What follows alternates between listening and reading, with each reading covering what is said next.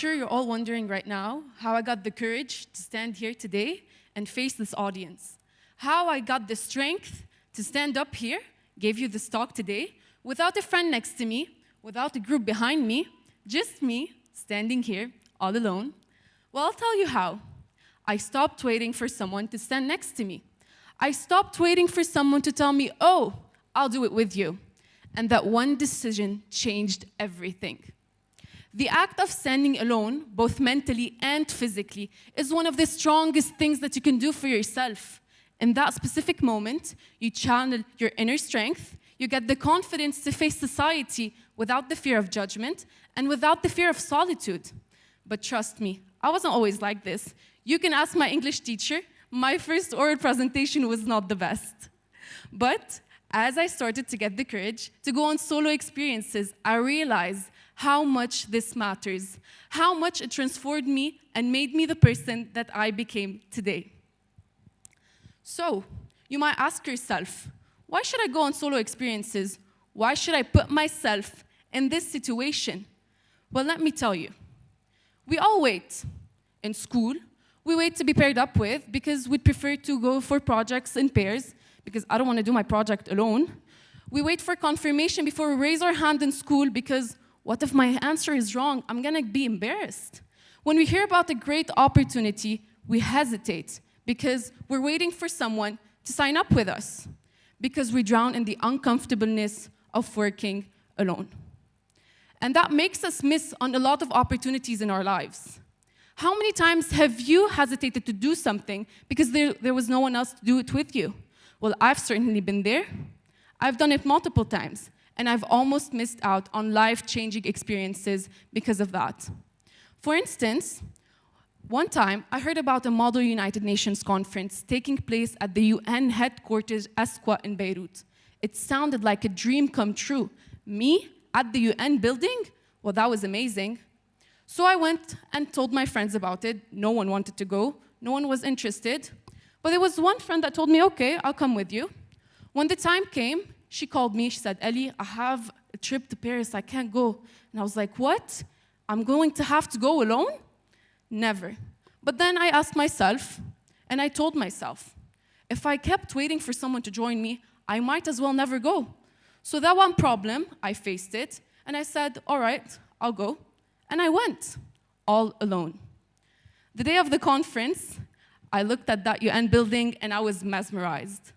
I stepped inside, surrounded by all confident delegates who all seemed to know exactly what they were doing, and I told myself, what am I even doing here?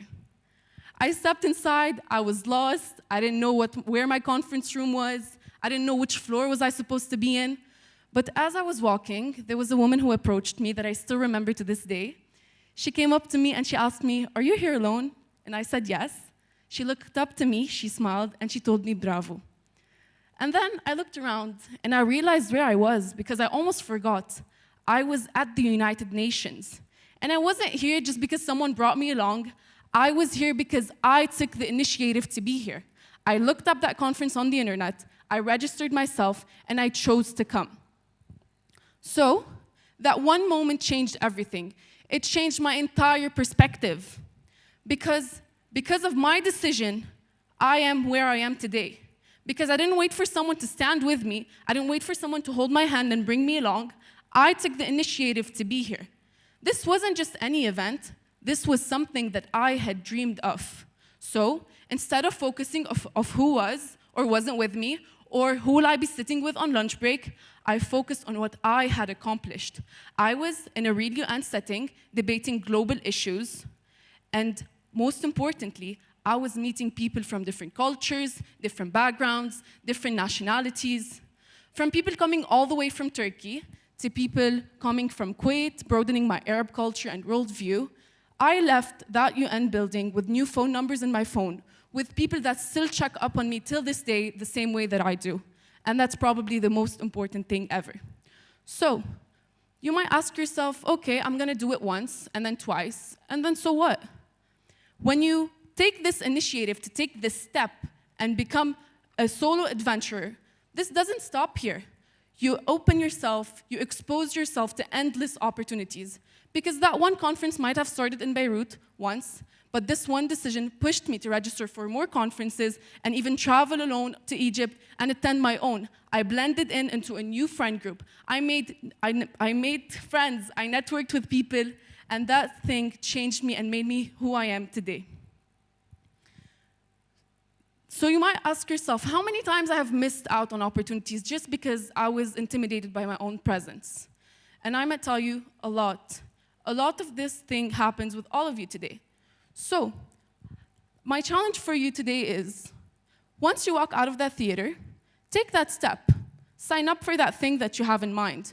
Whether it's simply about coming to an event alone, like this one, or about moving abroad, living alone, take it. Go into society without a safety net. Because the most important steps aren't made and aren't planned. They are made when you take this initiative by yourself. For example, had I gone with friends to that conference, I would have played it safe, stuck with them, sat with them at lunch. But instead, I networked with people. I broadened my connections. I found someone to sit with me on lunch break, and I didn't focus on eating alone or stuttering in my speeches because there was no one to clap with me later on. I focused on what I have achieved, on what I wanted to do.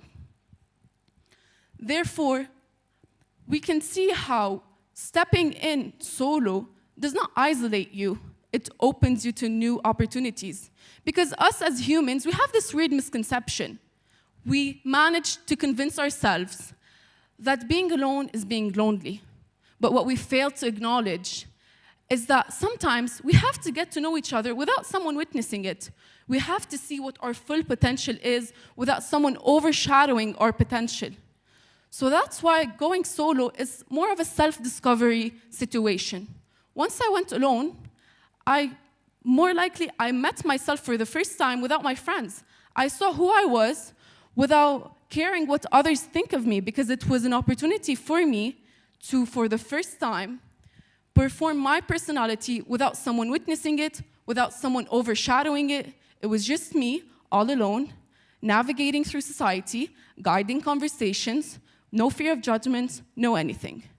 However, unfortunately, we live in a society where booking a table for one at a restaurant can instigate pity, can instigate gossip, people will look at you weirdly. So imagine how going solo on bigger experiences, how can it make people judge you?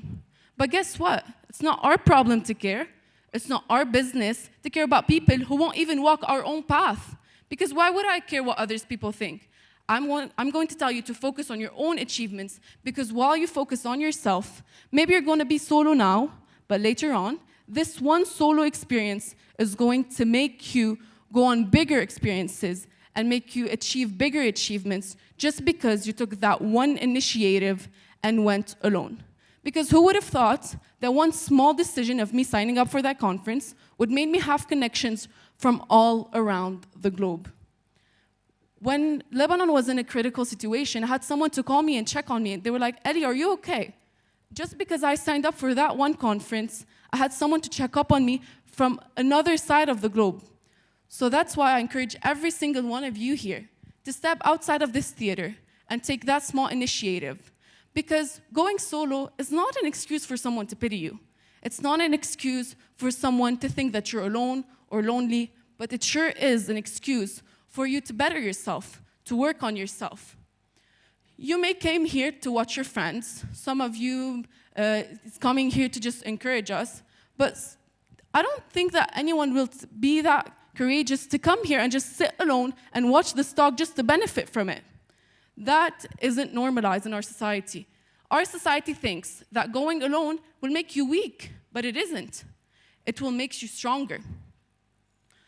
I myself wasn't a person who had confidence, who would have taken this initiative and went up on the stage, because if you asked me a few months ago, me here on this stage giving you this talk, I would have shaken with nerves, I would have been nervous, but here I am today because I didn't wait anyone else to sign up with me for this event. I took the initiative to be a speaker at this event, I practiced, I worked on myself, and then here I am today on a stage that I probably would have thought that I would have made it before. Thank you.